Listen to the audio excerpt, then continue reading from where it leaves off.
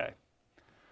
Welcome back to chemistry. And what we're going to be talking about now in chapter 5 is the concept of limiting and excess reactants in a reaction. So a lot of times in a chemical reaction, you're going to have more than one reactant. So for example, here I have two reactants that are reacting. And one of the reactants is C3H8, which is propane, and another reactant that's reacting is oxygen, which is O2. And it produces carbon dioxide and water. So what you might hope for maybe in one of these problems is that you have a proportionate amount of one reaction, a proportionate amount of one reactant to the other reactant. So for example, what we hope for is if we don't have 5 moles of oxygen, 1 mole of propane, we would hope maybe to have proportionate amounts. But we never do. We never really do ever have that when we're doing chemistry in the real world, and most of the time when you're doing problems. And so what we have to sort of do is figure out how far the reaction will go given that one of the reactants is probably going to run out first. The one that runs out first is called the limiting reagent. So there are a number of ways you can sort of figure out which of those two reagents, C3H8 or oxygen O2, is limiting in this problem. So I'm going to give you an example of one way you can do it. What you can do is, given each reagent, you can figure out how much of a product is made assuming the other reactant is in excess. So for example, we have that example there of C3H8 reacting with oxygen and produce carbon dioxide water. Let's say we had 10 grams of propane reacting with 10 grams of oxygen. So first, let's see what would happen if we had 10 grams of propane reacting and we just had an excess amount of oxygen. Let's just see how many grams of one of the products, carbon dioxide, we would get. And so I sort of worked that out. So I take the 10 grams of propane and divide by the molar mass of propane, which is 45 grams per mole.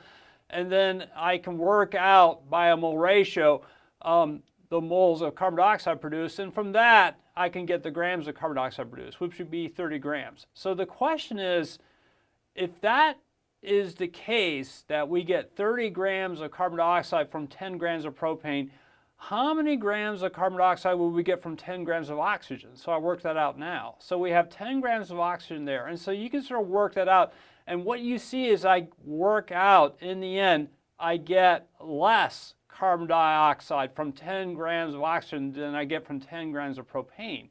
So in this reaction, when we're reacting 10 grams of oxygen and 10 grams of propane, what you can see is that the amount of product formed carbon dioxide is really limited by the 10 grams of oxygen we have there, because 10 grams of oxygen will only give us 8.25 grams of carbon dioxide. If we were to have more grams of oxygen, we could produce more carbon dioxide because we apparently have enough propane there in terms of 10 grams to give us up to 30 grams of carbon dioxide. So in these problems, what you'll often get is you'll have to, in the end, work out the mass of a product that you get, and you have to sort of figure out which reactant is limiting. And then once you figure that out, then you can figure out the grams of product you get. So we're going to do a bunch of those examples now. Okay, so let's do the first problem. So the first problem is I have an equation there where I have iron chloride reacting with lithium hydroxide. So let me go ahead and write out the equations here. So iron chloride, and it's reacting with 3 moles of lithium hydroxide, and I get iron hydroxide plus 3 moles of lithium chloride. Okay, so in this problem we are given the moles of reactants that are reacting. So we have 10 moles of iron chloride and we have 40 moles of lithium hydroxide. And so what we're going to have to do is figure out, of these two reactants, iron chloride, lithium hydroxide, which one will run out first? So we can sort of do that mathematically, and we can also think about it a little bit. But before we do that mathematically, let's just think about it a little bit. So one thing to note is, what is the stoichiometry of the reactants in this equation? Well, you can see that for 1 mole of iron chloride, we will have 3 moles of lithium hydroxide that will react with it. So what that predicts is that if you have reacted 10 moles of iron chloride, how many moles of lithium hydroxide would have reacted with that? We would have expected 30 moles of lithium hydroxide. Yet, in this problem, we have 10 moles of iron chloride and 40 moles of lithium hydroxide. So we can pretty much see immediately that the reactant that's going to run out first in this problem is the iron chloride. So the iron chloride will be the limiting reagent. And so the reagent that runs out first, again, is the iron chloride, which is the limiting reagent. The other reagent, which does not run out first, is called the excess reagent. Now, so we sort of solved this just thinking about it, but we can also do it mathematically. So let me demonstrate how to do that. So let's just take one of these reagents. We'll take iron chloride. So we'll have 10 moles of iron chloride. And so what I'm going to figure out is, if we have 10 moles of iron chloride, how many moles of lithium hydroxide should react with that 10 moles, given that every mole of iron chloride will react with 3 moles of lithium hydroxide? So what we're going to get is, we're going to put in 3, we should do that again, 3 mole of lithium hydroxide over 1 mole of iron chloride. And so where I get those numbers, if you're curious, 3 comes from the equation here, and 1 comes from the equation here. There's only 1 there because we have no number. And so what you can see is, if you do have 10 moles of iron chloride, we should get 30 moles of lithium hydroxide to react with it. And so we get this sort of the same answer as before, because we see in the problem we have 40 moles of lithium hydroxide. So clearly, we're left with 10 moles of lithium hydroxide left over. So I think we pretty much have answered the question. So iron chloride is the limiting reagent, lithium hydroxide is the excess reagent, and because the 10 moles of iron chloride is going to eat up 30 of the 40 moles of the lithium hydroxide, then we should have 10 moles of lithium hydroxide left after the reaction is over. Okay, so let's go on with the next equation.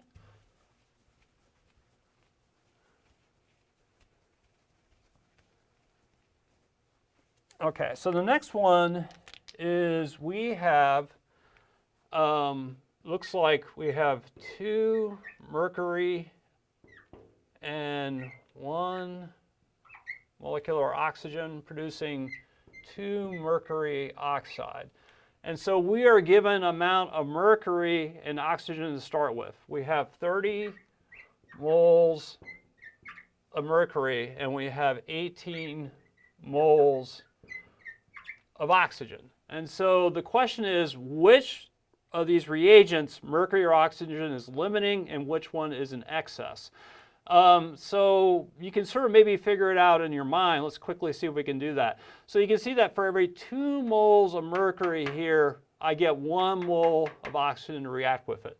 So if I have 30 moles of mercury to react, only 15 moles of oxygen should react with the 30 moles of mercury. Yet I have 18 moles of oxygen there. So that kind of, again, gives us the answer.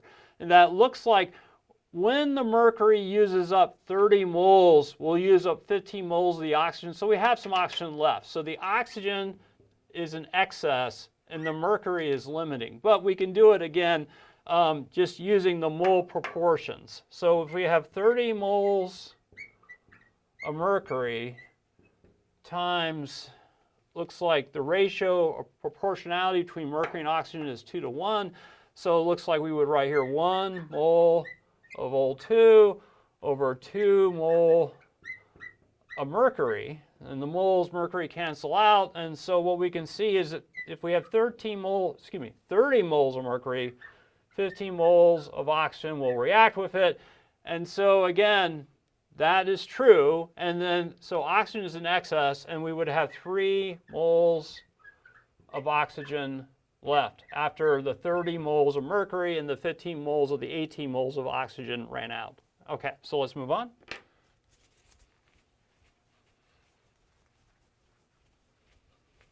Okay, next one's a little more difficult.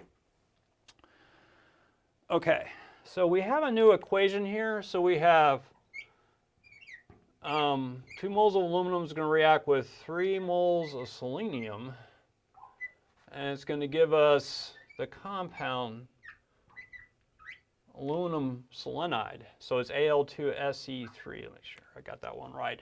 Okay, so we have 9 moles of aluminum reacting, and it looks like we're going to have 12 moles of selenium that are going to be in the reaction. So the question is, which one runs out first? Is it the aluminum or the selenium? Well, I think what I'm going to do, just to be on the safe side, is just do this the mathematical way, because I'm afraid that it's going to be a little bit difficult for me to sort of figure it out just without a calculator. So let's just go ahead and do the mathematical way. We'll start with aluminum first. So if we have 9 moles of aluminum, then we see that for every 2 moles of aluminum, 3 moles of selenium will react with it. So times 3 mole of selenium over 2 moles of aluminum. And so let's work out on the calculator what that is. So it's 9 times 3 divided by 2. And so I get 13.5 moles of selenium. Okay, so this is interesting. So when we have 9 moles of aluminum, we need 13.5 moles of selenium to react with the 9 moles of aluminum if for every 2 moles of aluminum, 3 moles of selenium react with it. But you can see we have a problem. We don't have 13.5 moles of selenium. We only have 12 moles of selenium. So what that should tell us is that the selenium is probably going to run out first, leaving the aluminum in excess. So let's just sort of note that. So here it looks like the selenium is the limiting reagent and the aluminum is going to be in excess. So the question is, now that we figured it out, how much is the aluminum in excess? Well, we can figure that out. So let's go ahead and do that. So we know that the selenium is going to run out first. So let's write that, the moles of selenium out. And so the question is, of this 9 moles of aluminum, how many moles will react with the 12 moles of selenium, given the ratio of 2 moles of aluminum react with 3 moles of selenium? So we have 2 mole of aluminum over 3 mole of selenium. So let's see what we get here on the calculator. So it's going to be 12 times 2 divided by 3. And so we get 8 moles of selenium. Okay, so you can see that using the mole proportion of aluminum selenium to 2 to 3, if we have 12 moles of selenium, 8 moles, 12 moles of selenium, 8 moles of aluminum, 8 moles of aluminum will react with it. And we have 9 moles. So again, this sort of confirms that the aluminum is in excess, and you can tell that when the reaction is finished, you'll have 1 mole aluminum not reacted. Okay, so now we're going to move on. So the problems get now a little bit more difficult, because now what we're going to look into is we may have to work out more information than what we've done so far. So let's see. So we have an equation. We have 4 moles of sodium plus 1 mole of oxygen gives you 2 moles of sodium oxide. Okay, so what we're going to have to do is first figure out, identify the limiting or excess reagent. So it looks like we're starting out with 18 moles of sodium and 2.5 moles of oxygen. Okay, so we have to identify the limiting and excess reagent. Okay, so let's see if we take 18 moles of sodium, given this proportion of 4 moles of sodium to 1 mole of oxygen, how many moles of oxygen do we need to react with 18 moles of sodium? So I'm going to write 18 moles of sodium, And again, the proportion is 1 mole of oxygen over 4 moles of sodium. Let's just see what that number is. So it's going to be 18 divided by 4 is 4.5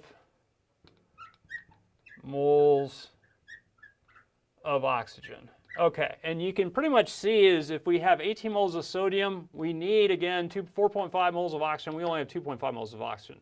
So what that suggests is in this problem, it looks like the oxygen is going to be the limiting reagent. So oxygen is limiting and sodium is in excess. So now we've identified that.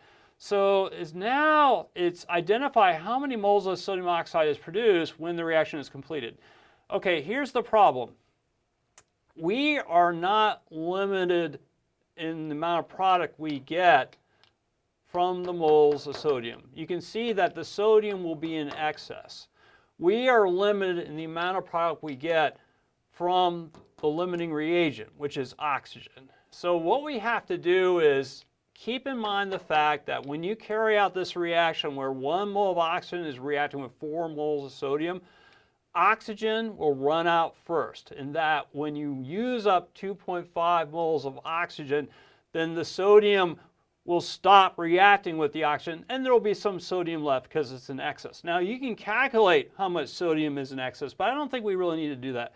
The important thing is to keep in mind that the limiting reagent is oxygen. You use up all 2.5 moles of oxygen. So the question is, given that, how much of this product do we get? So that actually is not too difficult to calculate. So let's go ahead and do that. So again, with the limiting reagent is oxygen, that runs out first, 2.5 moles of oxygen. And so the question is, how much moles of sodium oxide do we get from that? Well, we see that you get 2 moles of sodium oxide for every 1 mole of oxygen that reacts. And so basically, in the end, when you carry out this reaction, again, the oxygen moles will run out first, and then when we have them all reacted, we will apparently get 5.0 moles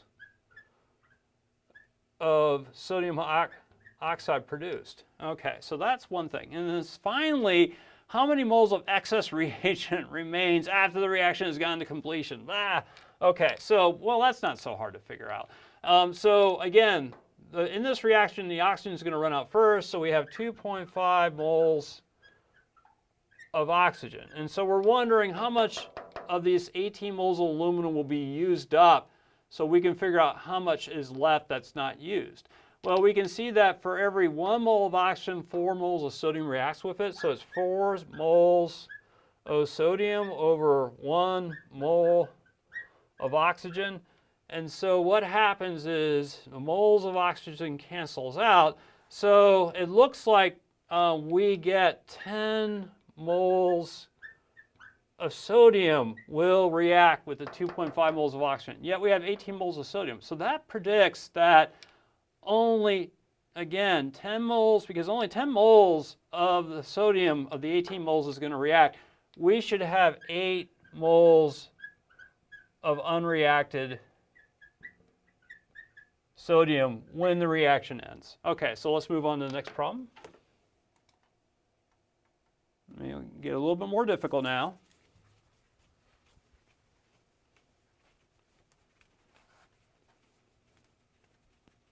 Okay, so it says, calculate the mass of magnesium oxide possible if 2.4 grams of magnesium reacts with 10 grams of oxygen gas to produce the product magnesium oxide.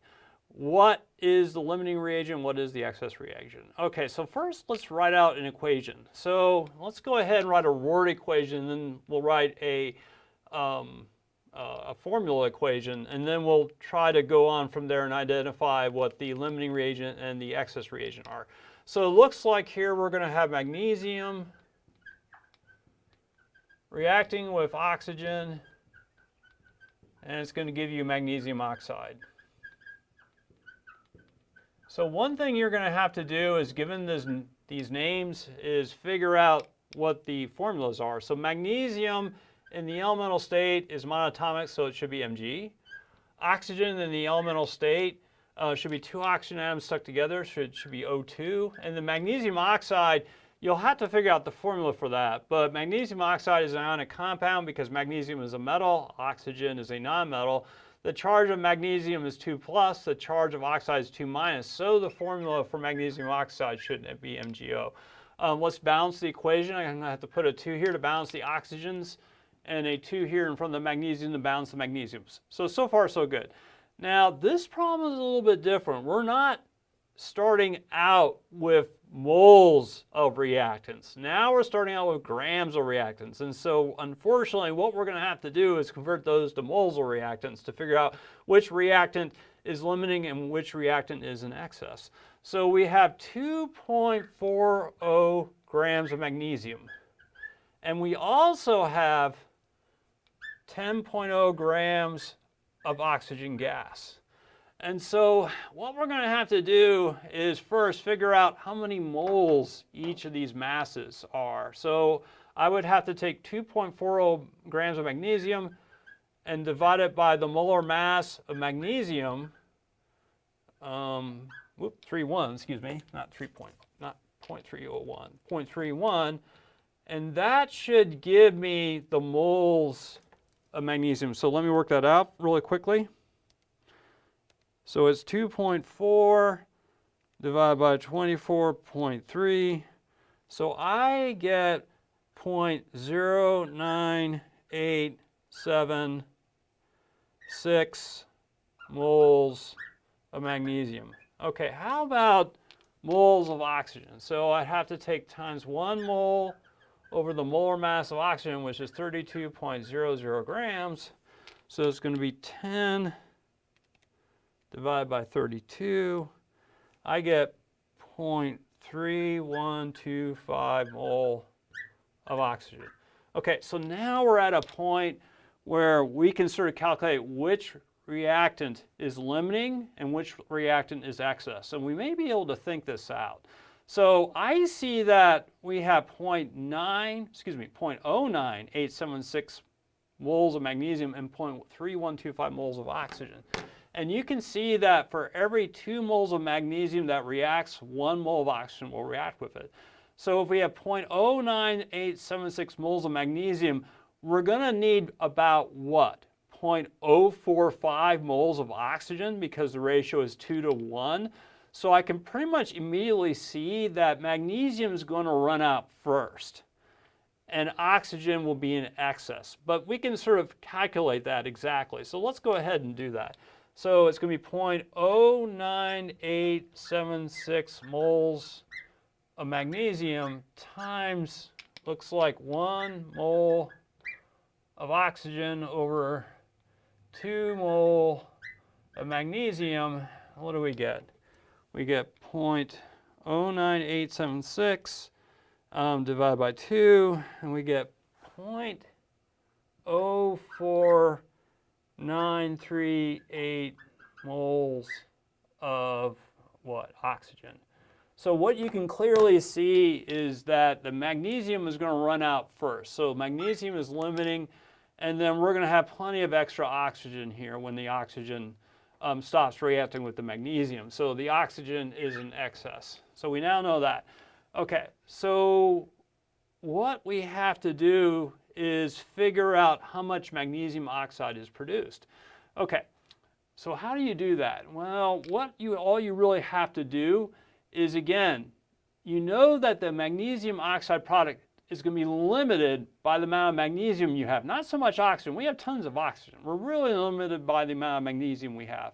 And so we know that this 0.09876 moles of magnesium, because it's limiting, is going to be used up in the reaction.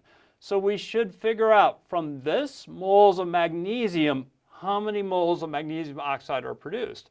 So that's not so bad. So we have 0.09876 moles of magnesium. We can figure out here, it looks like for every 2 moles of magnesium, we get 2 moles of magnesium oxide produced. So I'm going to write times 2 mole magnesium oxide over 2 mole of magnesium, and the moles of magnesium cancel out, and you get an answer in moles of magnesium oxide. And then what you need to do is convert this into a mass of magnesium oxide. And so you can look that up from the molar mass, and that's given to us. It looks like it's going to be 40.30 grams of magnesium oxide over 1 mole of magnesium oxide. And so it looks like the math should be what? 0.09876 times 2 times 40.30 divided by 2. So I think you can go ahead and work this out on your own, and it should be 3.98 grams of magnesium oxide produced. And so we have 3 significant figures here, and so I guess inevitably you'll have to look back, but it looks like the reaction is limited by 3 significant figures, and it's probably up here with the amount of reagents we had in masses. We had 3 significant figures here for the mass of magnesium and 3 for the mass of oxygen, and so the answer for magnesium oxide will also be 3 significant figures. So let's go on.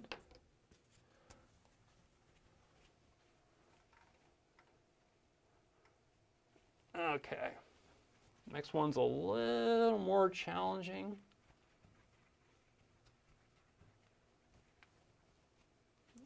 Okay, so we have 4 moles of cobalt oxide reacting with oxygen to give us 2 moles of this new form of cobalt oxide. And looks to me, is the equation balanced? Let's check. Let's see, we have 4 cobalts and 4 oxygens, 6. Yeah, so it looks like it's a balanced equation. Okay, so we're good to go there. So how many grams of product are formed when 24 grams of cobalt oxide is reacted with 2.58 grams of oxygen? So to solve this problem, again, what we're going to eventually have to get to is grams of the product, which is CO2O3, that form of cobalt oxide. And what we'll have to do to get to that is, if we're going to get to grams of this product, we'll have to know what the moles of this product are first, and then we convert to grams by the molar mass.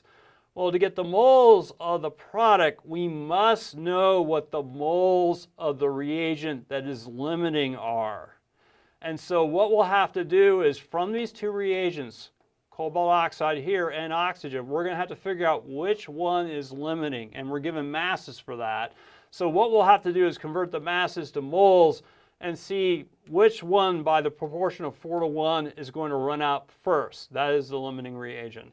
Okay, so let's go ahead and try this problem. So it looks like we have 2.58 grams of oxygen.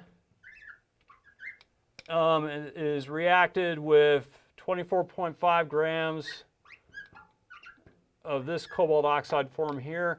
Okay, so we're given some molar masses, which helps. So it's going to be times 1 mole over the molar mass of this cobalt oxide. I'm not going to write out formulas just to save on some space.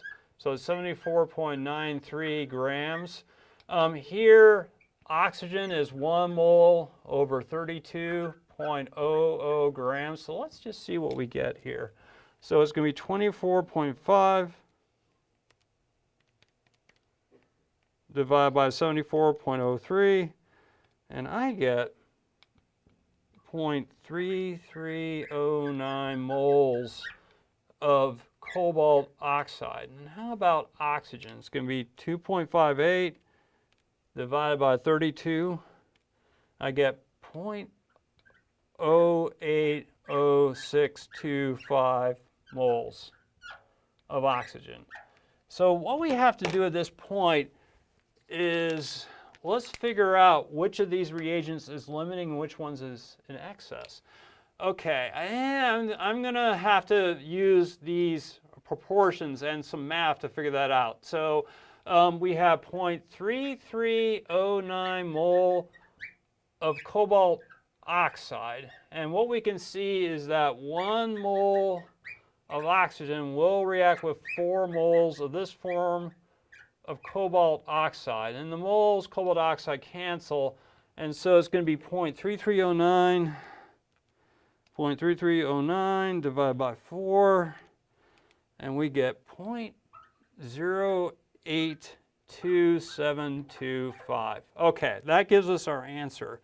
So what you can see is when you have this number of moles of cobalt oxide, we need this moles of oxygen to react with it. We need 0.082725 moles of oxygen to react with it. But you can see we don't have that. We only have 0.80800625 moles.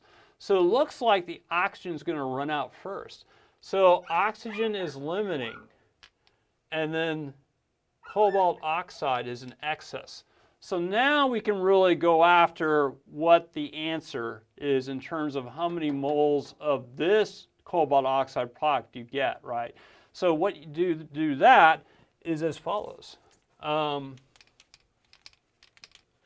We now know that this oxygen is limiting. So what we can do is we take this moles of oxygen that are going to run out first, which is 0.08625 moles, and then we multiply it by a ratio of basically the moles of oxygen to the moles of that cobalt oxide product. So it's going to be times one. What's going to be? It's going to be 2 moles of CO2 O3 over 1 mole of O2, and the moles O2 cancel. Now we have a moles in the cobalt oxide product, and then we'll have to get it into grams of cobalt oxide. And the grams of cobalt oxide, we need the molar mass of that particular cobalt oxide, which is 165.86 grams of that cobalt oxide over 1 mole of that cobalt oxide. And so the moles cobalt oxide cancel out, and so you can work this out. It'll be 0.80625 times 2 times 165.86. And what we should get in the end is 26.7 grams of that form of cobalt oxide, which is the product. Now, I think we have to figure out something else, unfortunately. It says, how many grams are we going to... Oh, and yes, B, how many grams of cobalt oxide are in excess and don't react? Okay, so let's take here... Let's go to the moles of oxygen. Again, that was limiting. So we're limited by 0.80625 moles of oxygen. So the question is, how many moles of this form, of the reactant form of cobalt oxide can react with it? So let's figure that out. So it's going to be 0.080625 mole of oxygen times 4 mole of cobalt oxide over 1 mole of oxygen. There we go.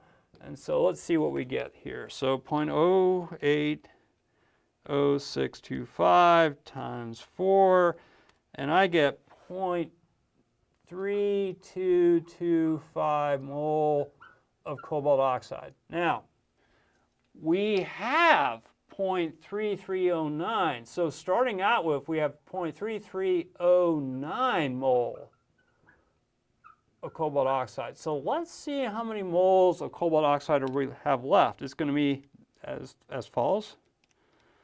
So I get 0.0084 mole of cobalt oxide.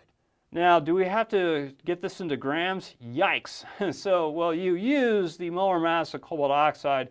That's given to us, so it's times 74.93 grams. Oh, running out of space. So I'm just going to move this over here. 0.0084 mole cobalt oxide times 74 0.93 grams per mole, and it should give us the answer in grams of cobalt oxide that is left. So I get 0.345 grams of cobalt oxide. Okay, so that was a tough one. Okay, so let's move on to the last problem. Okay, there's actually 2 problems there. I'm just going to do the first one, and then if you want to do the second one on your own, That would be awesome. Okay. So we have an equation there. So let's go ahead and throw that up. So we have 2 moles of potassium iodide react with 1 mole of lead nitrate. Another pen here. Gives us 2 mole of potassium nitrate plus 1 mole of lead iodide. And so the question is, if we have 25 milliliters of a 0.500 mole potassium iodide solution is mixed with 10 milliliters of a 0.25 molar lead nitrate solution, how many grams of lead iodide are formed? Okay, so here's the problem. You can notice at the beginning with the reactants, we're no longer really given grams of reactants or moles of reactants anymore. Instead, we're given volumes of reactants and their concentrations. So what we're going to have to do is, given that information, we're going to have to figure out how many moles of each of the reactants we have. So let's start with potassium iodide here. So what you'll notice is we have 25 mils of potassium iodide. And so let's just go ahead and get that into liters. So that you can, I guess, divide that by 1,000, so it would be 0.025 liters potassium iodide. Now, remember molarity? Molarity is equal to moles over liters. So we can actually get moles by taking molarity and multiplying by the liters. So we can get actually moles of potassium iodide in this problem. So I'm going to write moles of potassium iodide by taking the molarity, which is 0.500 molar potassium iodide, and multiplying it by 0.025 liters. So let me write this out in a different way. So 0.500 molarity potassium iodide, that's moles per liter,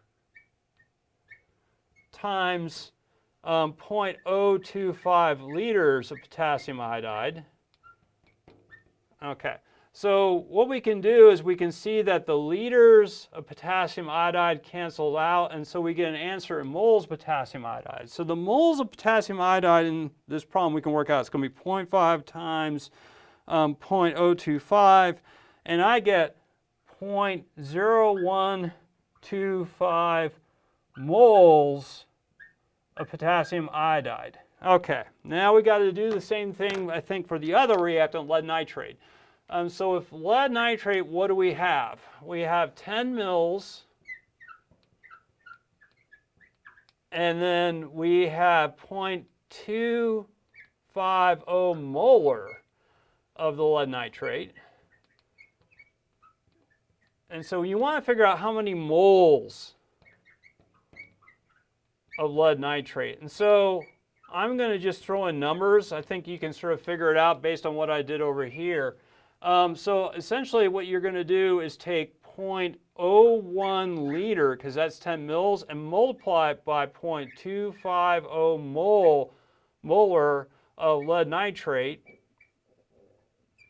And this is lead nitrate. And let me rewrite that. It's messy. I'm just going to leave out the compound names. 0.01 liter times 0.250 mole per liter. And so this is going to be 0.25 times 0.01. So I get 0.0025 mole of lead nitrate. Okay. So what do we got here? So we have to figure out which of these molecules is limiting.